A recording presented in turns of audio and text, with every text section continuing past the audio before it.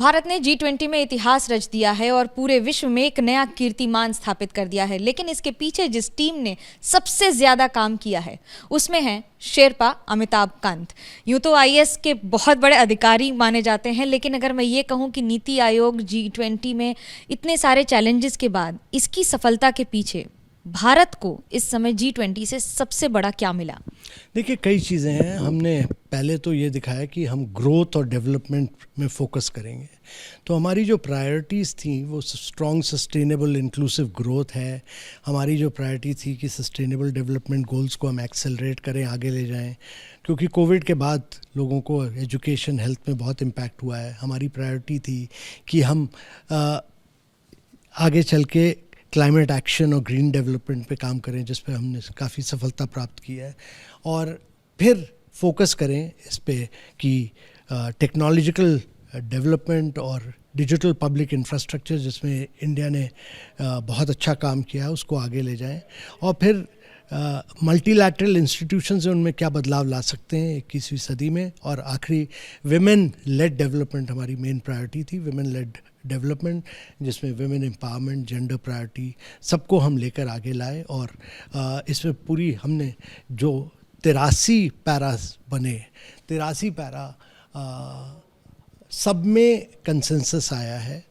और इसके अलावा 8 पैराज हैं जो जियोपॉलिटिकल लैंग्वेज में हैं, रशिया यूक्रेन की क्राइसिस पर हैं, उस पर भी कंसेंसस आया। तो ये एक पहला डॉक्यूमेंट निकला है G20 का, जिसमें सारे पूरे डॉक्यूमेंट 83 डॉक्यूमेंट में 100% सारे देशों की सहमति है। एक आम आदमी ये समझना चाहता है कि ये इतनी बड़ी बात क्यों है, क्योंकि जब यूक्रेन और रूस आपस में लड़ रहे हैं तब भारत में वो सारे देश जो एक दूसरे के ऊपर छीटाकशी करते हैं वो एक साथ एक मंच पे कैसे लाए? ये संभव कैसे हुआ? भारत ने ये दिखाया है कि एक अकेला देश है जो कि इमर्जिंग मार्केट्स को साथ ला सकता है, डेवलप्ड कंट्रीज़ को साथ ला सकता है, रशिया चाइना सबको साथ ला सकता है और फिर आगे बढ़ सकता है G20 में। तो ये हमने कर दिखाया है और हमने ग्रोथ और डेवलपमेंट को सबसे आगे रखा है। हमने दिखाया कि मल्टीलैटरलिज्म आज की दुनिया में आवश्यक है और उसको हम आगे ले गए हैं। और तीसरा, हमने ये दिखाया कि हम हमेशा वॉइस ऑफ ग्लोबल साउथ रहेंगे और डेवलपिंग कंट्रीज़ की भाषा बोलेंगे, वो हमने करके दिखाया। न्यूक्लियर की बात हुई है, उसमें भी बड़ी सफलता है, उसको अगर हमें आम भाषा में बता सकते?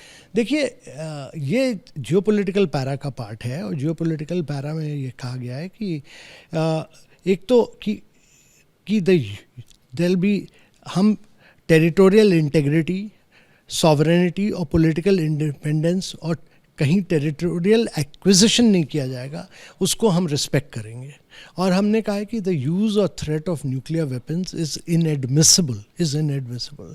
तो ये किया है और हमने इसको इस कॉन्टेक्स्ट में किया है कि this is not an era of war, जिसको प्रधानमंत्री पहले कह चुके हैं। तो बाली की लैंग्वेज जो पहले यूज़ की जाती थी उससे ज़्यादा स्ट्रॉन्ग लैंग्वेज हमने दिल्ली में यूज़ की है। पर ये मॉडरेशन में, ये किसी को कंडेम नहीं करती, but basic principles of United Nations के प्रिंसिपल्स और चार्टर्स पे जाती है। जब हम भारत की बात करते हैं तो हमने पूरे विश्व के लिए ये पहली बार ऐसा किया है जब G20 दिल्ली के बाहर कई सारे शहरों में किया गया। ये कितनी बड़ी बात है और कितना बड़ा संदेश है देश और विदेश में? बहुत बड़ा संदेश है, क्योंकि G20 एक पीपल्स प्रेसिडेंसी थी। प्राइम मिनिस्टर का लक्ष्य ये था कि वो सारे स्टेट्स में ले जाएं और 60 से ज़्यादा शहरों में ले जाएं। तो हम सारे शहरों में गए और वहाँ सारे पीपल्स प्रेसिडेंसीज़ को बनाई। हमने मॉडल G20 किए, ऐसे कॉन्टेस्ट किए, कई चीज़ें की और सबको इन्वॉल्व किया इसमें। तो ये एक प्रेसिडेंसी जो है वो एक पीपल्स प्रेसिडेंसी रही है। आपके लिए तो स्लीपलेस नाइट्स थी, तो मैं इजी सवाल ये पूछना चाहती हूँ, कितने घंटों का होमवर्क किया है इस एग्ज़ाम के लिए? नहीं, बहुत काम तो साल भर चला है। इसके पहले हमने इशू नोट्स बहुत पहले निकाल दिए थे और उस पर काफ़ी चर्चा रही, पर अंत में जाकर जो मेन इश्यूज 3-4 रह जाती हैं उस पर नॉन स्टॉप करीब 200-250 घंटे की बायलैटरल्स हुई हैं, डिस्कशंस हुई हैं, वो नॉन स्टॉप रही हैं। उस पर कोई मतलब 24 घंटे लगातार चलती रहती हैं, तो करीब 8-10 दिन तो कोई सोया नहीं होगा उसमें। और जब आप टीम के साथ बैठते हैं, जिस तरह से आप अपनी टीम का प्रोत्साहन और उनका उत्साह बढ़ा रहे हैं, उसके पीछे क्या कारण? क्योंकि उन्होंने बहुत मेहनत की है और जो विजय प्राप्त हुई है वो टीम की वजह से हुई है। तो उन लोगों ने बड़ी मेहनत करके दिखाया है कि वो टीम नहीं होती तो विजय प्राप्त नहीं हो पाती। तो उनको तो प्रोत्साहित करना, इनकरेज करना मेरा काम बनता है। प्रधानमंत्री का ब्लू आइड अधिकारी कहा जाता है, हर सबसे बड़े इम्पोर्टेंट असाइनमेंट पर दिया जाता है। पीएम लाउंज यहाँ पर, या फिर उनकी कितनी मीटिंग्स हुई हैं लगातार, इसमें कितने घंटे, और कोई एक ऐसी बात जो आपको याद रहेगी इस बार के लिए? नहीं, मैं कोई ब्लू आइड बॉय नहीं हूँ। मुझे जो काम दिया जाता है वो मैं करता हूँ ठीक से, और ऐसा कुछ नहीं है कि कोई ब्लू आइड बॉय नहीं है कि प्रधानमंत्री जी का वो काम देते हैं और काम करवाते हैं। तो अब जैसे उन्होंने कह दिया कि वर्चुअल समिट होगी, तो हम वर्चुअल समिट के लिए काम शुरू कर रहे हैं।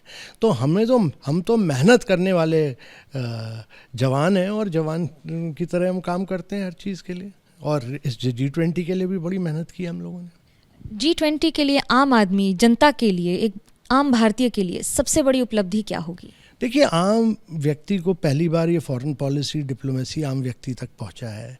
आम व्यक्ति को ये भी समझना है कि पहली बार है भारत का एलिवेटेड स्टेचर बहुत बढ़ गया है इंटरनेशनल डिप्लोमेसी में, और भारत ने एक अकेला देश है जिसने सारे डेवलपमेंट इश्यूज पर कंसेंसस बनाया है। एक छोटा सा सवाल, दिल्ली में क्रेडिट अरविंद केजरीवाल ले जाते हैं तो कांग्रेस सवाल उठाती है कि 4000 से ज़्यादा करोड़ का खर्चा हुआ है, इसकी जवाबदेही की प्रायोरिटी। पूरी गलत खबर है और फेक खबर है, और आप मेरे को ये कहना पड़ेगा कि आप ऐसी गलत खबरों पे मत जाइए। ये पूरी फेक खबर है, और ना इतना खर्चा हुआ है, जितना बजट था उससे भी कम खर्चा हुआ है। और ये सबसे बड़ी उपलब्धि का श्रेय अब जनता के बीच में कैसे पहुंचाया जाएगा? ये हम आगे चल के आउटकम्स पर काम करेंगे और सब तक पहुंचाएंगे। सब अगले 2-3 महीने यही काम करेंगे। और जो स्पेशल ट्रेन चलनी है जो भारत से यूरोप तक जाएगी, उसकी क्या खासियत होगी? क्या वो कनेक्टिंग आसपास के नेबरिंग नेशंस को लेकर चलेंगे या कोई और रास्ते? वो अभी प्रोजेक्ट जो है जिसको लॉन्च किया गया है वो लिंक करेगा सऊदी मिडल ईस्ट को एक तरफ से, और उस पर अभी प्रोजेक्ट रिपोर्ट्स बनेंगी। उसका कॉन्सेप्ट लॉन्च हुआ है, उस पर काफ़ी कॉन्सेप्चुलाइजेशन होगा, प्रोजेक्ट रिपोर्ट्स बनेंगी, फिर फाइनेंसेस रेज होंगे, फिर इम्प्लीमेंटेशन होगा। इम्प्लीमेंटेशन भी बहुत जल्दी होगा। तो ये थे अमिताभ कांत जो बता रहे थे कि G20 की सफलता के पीछे सिर्फ एक व्यक्ति नहीं बल्कि पूरी देश की सफलता शामिल होगी। अब कैमरा पर्सन जितेंद्र के साथ मनोज्ञा लोईवाल, दिल्ली, ABP न्यूज़।